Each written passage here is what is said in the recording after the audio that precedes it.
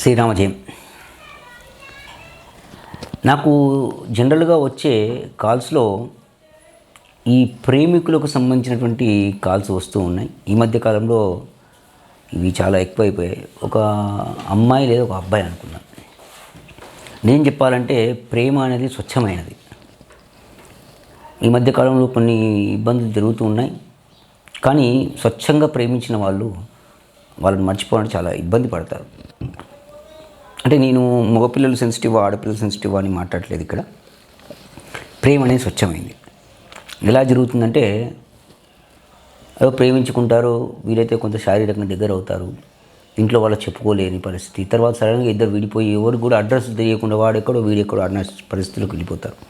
ఈ మధ్య వచ్చిన టెక్నాలజీ, వాట్సాప్లు, ఫేస్బుక్లు బ్లాక్ చేయడం, సోషల్ మీడియాని బ్లాక్ చేయడం, వాళ్ళతో దీనివల్ల ఇద్దరు అబ్బాయి కానీ అమ్మాయి కానీ ఎవరో బాగా సఫర్ అవుతూ ఉంటారు. దీనికి చాలా మార్గాలు ఉన్నాయి. అంటే మరి తిరిగి ఆ సపరేటెడ్ అయినటువంటి లవర్ కానీ, ఆ సపరేటెడ్ అయినటువంటి మీరు చేసుకోవాలనుకున్న భర్త కానీ, లేదా ఆ లవ్ మ్యారేజ్ చేసుకొని చూడండి, మీరు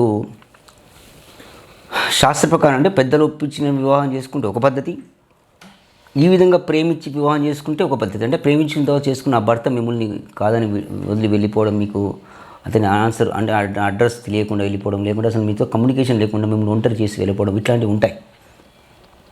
అర్థమవుతుంది? అది ఆ అమ్మాయి కానీ అబ్బాయి కానీ what ever it may be. So ఇలాంటివి ఉన్నప్పుడు శాస్త్రంలో చాలా రకాల మార్గాలు ఉంటాయి.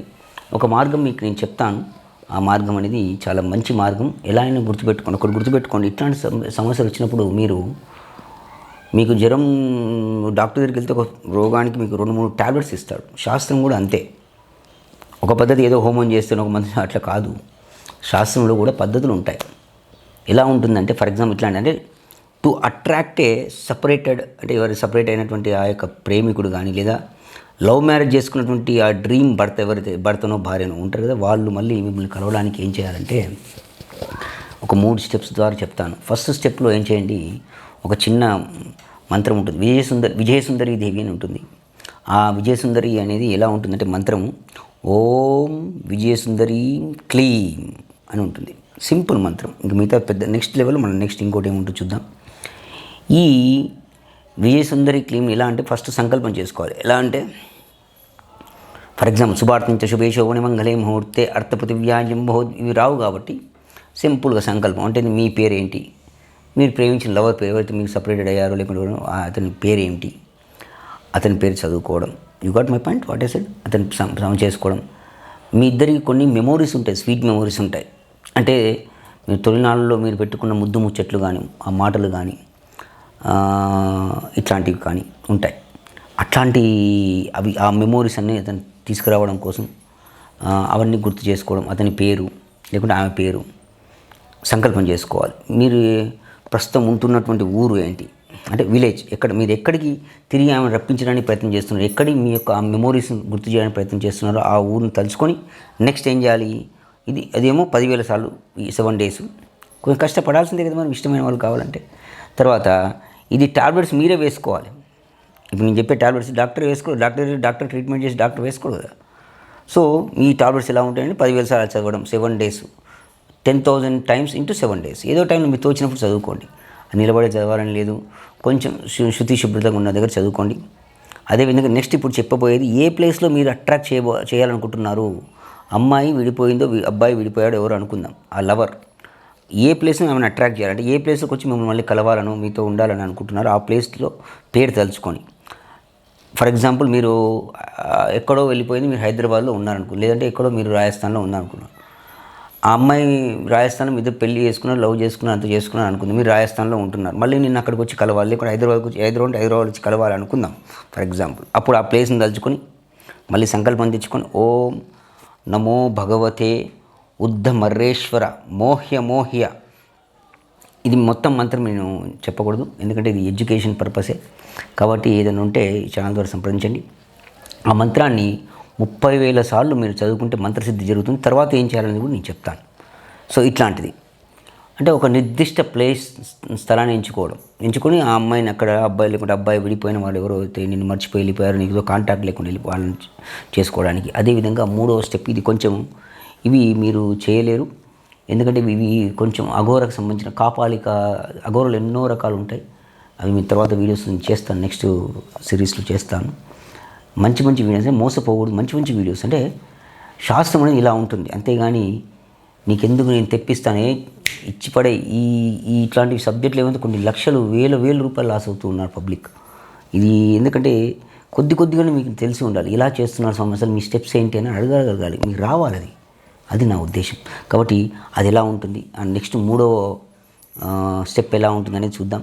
దీన్ని మనం జనరల్గా కామదేవ్ సంబంధించినటువంటి అంటే ఆ విడిపోయినటువంటి వాడికి ఏ ప్లేస్లో మీరు రావాలనుకుంటున్నారో, ఎట్లా సపరేటెడ్ అయిన వాడిని ఎట్లా మీరు న్యూరాన్స్ అంటే వాడి మెమోరీని ఎట్లా యాక్టివేట్ చేస్తున్నారు, అట్లాగే మీ ఇద్దరికి కలిపి కొన్ని లైంగిక వాంఛలు అంటే ఏంటి, మీ ఇద్దరు కలిసి కొన్ని రొమాంటిక్ లైఫ్ని కలిసి ఉంటారు, లేకుంటే మంచి క్షణాలు గడిపి ఉంటారు.